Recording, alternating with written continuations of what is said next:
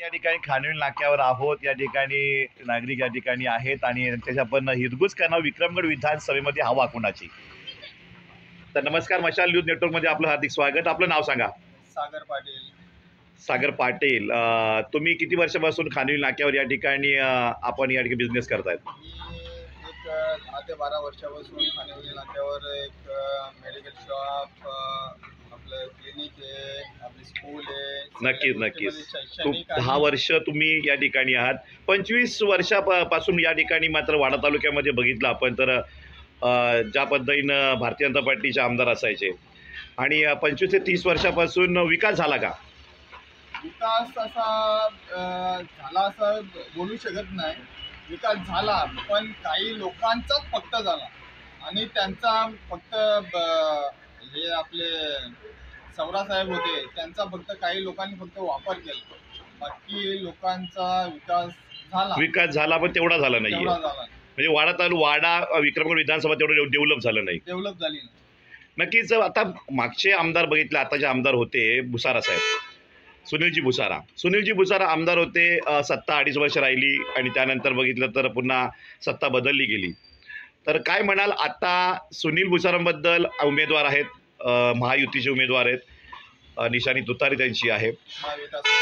महाविकास आघाडीकडनं महायुतीचे आहेत, भोये आहेत, त्यांची निशाणी कमळ आहे आणि त्याचबरोबर प्रकाश निकम आहेत।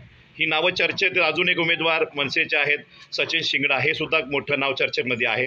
या 4 उमेदवारांपैकी तुम्हाला काय वाटतं ॲक्टिव्ह उमेदवार कोण आहेत? कुठले 2 की 3 की 1 उमेदवार ॲक्टिव्ह आहेत? आता मी दोन्ही पालघर आणि ठाणा जिल्ह्यामध्ये जेव्हा मी फिरतोय, आता 2-3 पालघर, ठाणा आणि रायगडमध्ये जेव्हा फिरतोय मी न्यूजसाठी किंवा कशा या संदर्भात कुठल्या पण माझ्या व्यावसायिक किंवा कुठल्या गोष्टीसाठी मी तिन्ही जिल्ह्यामध्ये जेव्हा फिरतोय तेव्हा मला एवढंच आढळून येतंय का आता याच्यामध्ये ते एक तर बीजेपी हे फक्त नाव, चेहरा म्हणून भोये साहेबांना कमी ओळखतात, म्हणजे आपल्या पट्ट्यामध्ये, म्हणजे या वाड्या पट्ट्यामध्ये कमी ओळखतात, पण बीजेपीची नाव आणि ओळख या पट्ट्यामध्ये जास्त आहे। आणि प्रकाश निकम हे राज्यमंत्रीपदाचे दावेदार आहे आणि राज्यमंत्रीपद असलेले जे जिल्हा परिषदेचे अध्यक्ष ते आणि सुनील भुसारा साहेबांनी काय केलं का वाडा या पट्ट्यामध्ये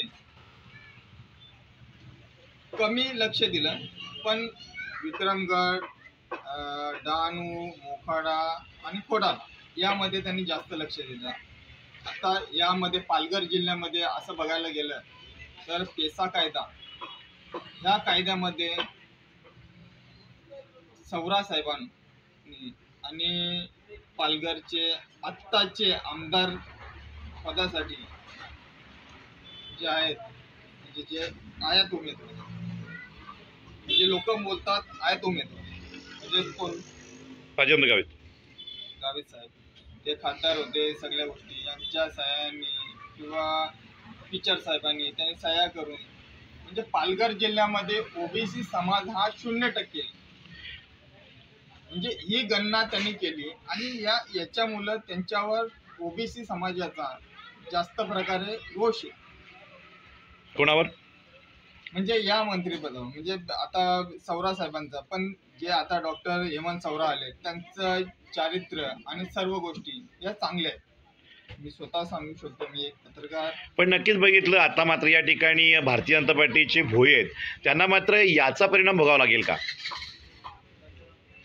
असं सांगता येणार नाही, पण याच्यामध्ये जी टक्कर होईल ती काटेकी टक्कर होईल। म्हणजे भुसारा साहेब, प्रकाश निकम बेसाचे प्रमुख मठ दिल्लीला गेले होते, प्रकाश निकम, भुसारा साहेब आणि भोये साहेब यांच्यामध्ये प्रमुख जी लढत होणार आहे आणि याच्यामध्ये जे पण निवडून येतील, म्हणजे आमच्या सर्वेनुसार किंवा आमच्या याच्यानुसार जे निवडून येतील ते 2 ते 5 हजाराचे आसपासचे याच्यामध्ये निवडून येणार। नक्की सागर पाटील यांचं पण मत जाणलेलं आहे की चुरस्ता फार मोठी विक्रमगड